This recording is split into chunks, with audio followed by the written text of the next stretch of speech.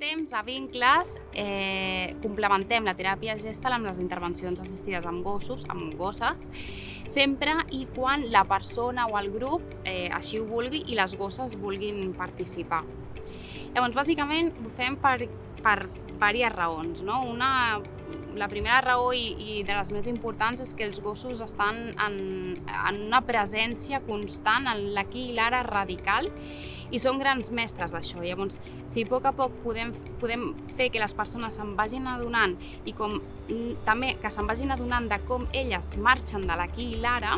amb l'ajuda de la presència dels gossos, ja tindrem una part del procés fet. Una de les altres raons és que els gossos no emeten un judici, no emetran un judici de quina és la història de la persona o de quina és la situació de la persona, i això fa que quan una persona t'estigui explicant alguna cosa, per ella sigui menys dificultós poder obrir-se tenint en compte que hi ha un ésser que està allà de manera incondicional sense jutjar la seva història. Això fa que generi un vincle amb mi, en aquest cas amb la terapeuta Gestalt, d'una manera diferent, com més, no sé com dir-ho, com més neta.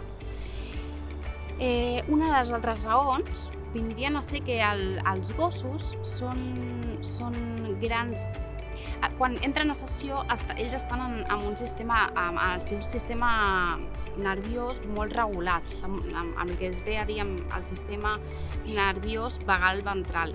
és a dir, estan en un estat de calma. Això fa als éssers humans, això és un estat que només tenim els mamífers, i que igual que els nervis i tot això es poden contagiar d'alguna manera, per explicar-ho d'alguna manera així, aquest estat de calma també es pot contagiar, i d'alguna manera afavoreix que les persones que vinguin es puguin corregular amb l'ajuda dels gossos d'una manera molt poc invasiva i sense fer pràcticament res, només amb el fet d'acariciar-los. I després una cosa molt important també que cal comentar és que, com diuen alguns experts, el trauma, parts dels fets traumàtics és quan hi ha l'ausència d'una presència. Llavors, a teràpia el que fem és que la persona pugui tornar a explicar, inclús d'alguna manera a vivenciar el que li va passar. I el fet que el gos estigui en contacte amb aquella persona fa que el cos d'aquella persona estigui ressignificant aquella història d'una manera diferent, o sigui, integrant que en aquell moment traumàtic va haver un altre que el va poder sostenir i acompanyar, i no només el terapeuta, perquè hi ha moltes persones que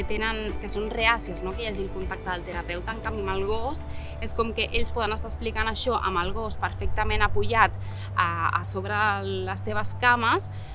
i no hi ha cap... amb això ho poden tolerar i acceptar superbé,